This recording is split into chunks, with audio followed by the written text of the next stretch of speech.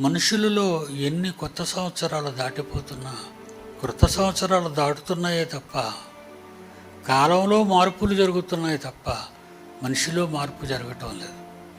కాలంలో ఎలాంటి మార్పు జరుగుతుందంటే మానవ వినాశనానికి తగిన మార్పులు తయారవుతున్నాయి.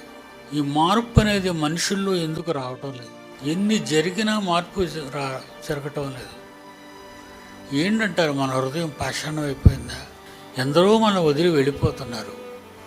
వచ్చే ఏడాది మళ్ళీ ఈ టైంకి మనం కూర్చునేసరికి మనలో ఎంతమంది వెళ్ళిపోతారో తెలీదు, ఎంతమంది దేవుని పిలుపుకు లోబడి వెళ్తారో తెలీదు.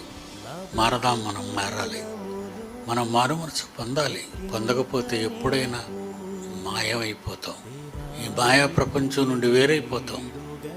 ఈ కొత్త సంవత్సరంలో మనం దేవుని కోసం ప్రయాసపడదాం, దేవుని కోసం బ్రతుకుదాం, దేవుని కోసం ఇద్దాం, దేవుని వరకు చేద్దాం ప్రతి పని.